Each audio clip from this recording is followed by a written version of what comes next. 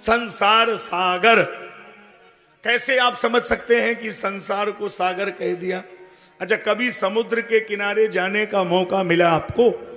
कभी गए हो रामेश्वरम, कभी आप गए हो सोमनाथ, कभी मुंबई, कभी किसी गंगा सागर, तो आपने एक अनुभव किया? जिस किनारे पर आप खड़े होते हैं वो किनारा तो आपको दिखेगा, लेकिन उसका जो अंतिम छोर है वो दिखाई कभी नहीं देगा। आप कितनी कोशिश कर लो, पानी के अलावा अंतिम छोर दिखाई नहीं देगा। लेकिन एक बात की गारंटी है कि अगर इधर वाला छोर है तो उधर वाला भी छोर कहीं ना कहीं होगा जरूर, लेकिन वो हमें दिखाई नहीं देता है। तो संसार में और सागर में पहली यही समानता है कि जन्म का छोर तो हमें दिखाई देता है, लेकिन मरण का छोर आज तक किसी ने नहीं देखा। लेकिन होता जरूर है, यदि जन्म है तो मरना पड़ेगा, लेकिन जन्म याद है, मरना तो हम भूल ही जाते हैं। पहली तो यही विशेषता है।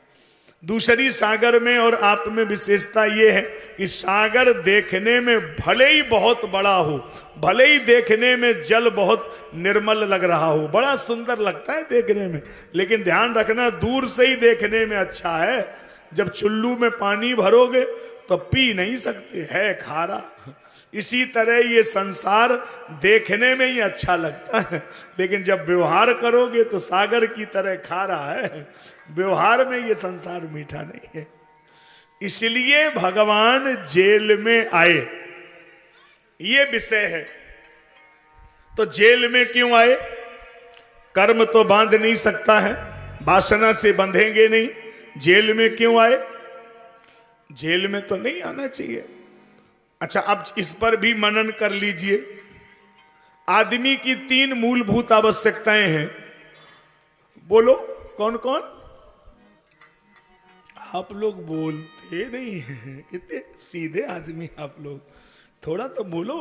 रोटी और कपड़ा, मकान। हाँ, ये तो जानते तो हैं, आप बोल नहीं रहे थे।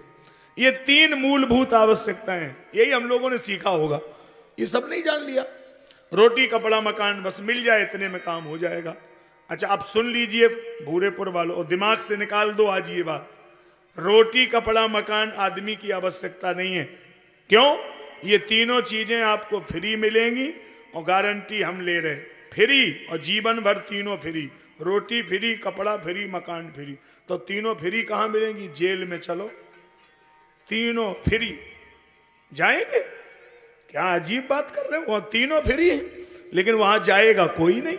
क्यों? इसका मतलब रोटी कपड़ा मकान आदमी का जीवन नहीं है। मैंने ये सोशल एनिमल, मनुष्य एक सामाजिक प्राणी है, और सामाजिक प्राणी है तो उसकी आवश्यकता समाज है।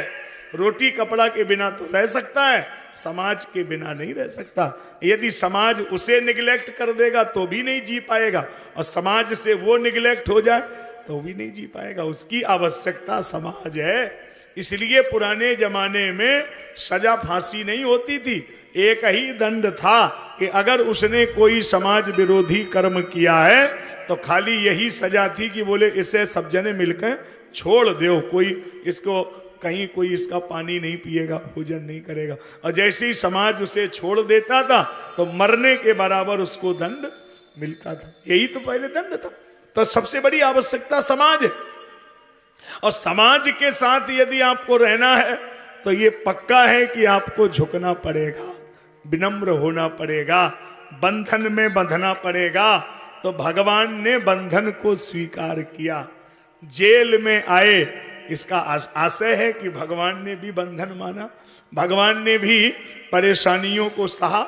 6वें दिन पूतना आ गई, कितने अकासुर, कितने बकासुर, कितने मरद प्रलंबासुर, और जन्म से लेकर जीवन पर्यंत शिशुपाल, दुर्योधन, जरासंध, जिंदगी भर संघर्ष किया, लेकिन भगवान कृष्ण की मुस्कुराहट में कोई फर्क नहीं पड़ा। मुस्कुराते ही रहे, आने दो, क्या मस्ती है।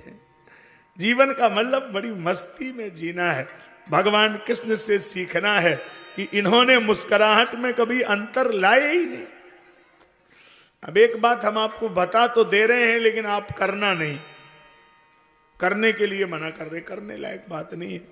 आप करेंगे तो नुकसान हो जाएगा किसी का, लेकिन है बड़ा समझने वाली बात। हम गुरु जी के साथ बहुत मुंबई में रहना हुआ, बहुत पुरानी बात है। एक महात्मा थे वहां पर बिले पार्ले में, तो हम लोग जाते थे। बड़ा अजीब महात्मा, उनकी रहनी क्या अजीब थी। महाराज खूब सो रहे हो नींद में और कोई चला जाए और आवाज दे, गुरुजी, हाँ, वो कोई सेठ आए हैं कुछ देना चाहते हैं, तो 1 मिनट में रजाई फेंक देते थे और उठ के बाहर आते थे। आने दो, आने दो, आने दो, आने दो, गेट खोल देते थे। आने दो, रजाई फेंक देते थे। आने दो, आने दो, आने दो। फिर थोड़ी देर में सो जाते थे। फिर कोई कहे, गुरुजी, वो बिजली वाला बिल मांग रहा, तुरंत रजाई तान लेते थे। जाने दो, जाने दो, जाने दो, जाने दो, हिलते ही नहीं थे। फिर कोई कह दे, गुरुजी वो कुछ देने आ रहे, आने दो। गुरुजी वो कुछ मांगने आ रहे, जाने दो। गुरुजी वो तुम्हारी बड़ी प्रशंसा कर रहे, आने दो। गुरुजी वो तुम्हारी बड़ी निंदा कर रहे, जाने दो। उनसे पूछा मतलब क्या है? बोले ठीक हो तो आने दो, नहीं तो जाने दो, झंझट मोल ही ना ले। कुछ दे तो आने दो, मांगे तो जाने दो, आराम से रहो, झंझट नहीं। कोई साहब प्रशंसा करे तो आने दो, गाली दे तो जाने दो। कौन बवाल में पड़े साहब, फिर पता लगाओ काई दी, कितनी दी, क्यों दी, झंझट ही मोल ना लो, आने दो। माल हो तो आने दो, मांगे तो जाने दो। ऐसा जीवन क्या मस्त, ऐसा करना नहीं है आप लोग, पहले ही मना कर रहा हूं। लेकिन जीवन का मतलब भगवान कृष्ण ने कभी अपनी मुस्कुराहट में भड़क नहीं लाए।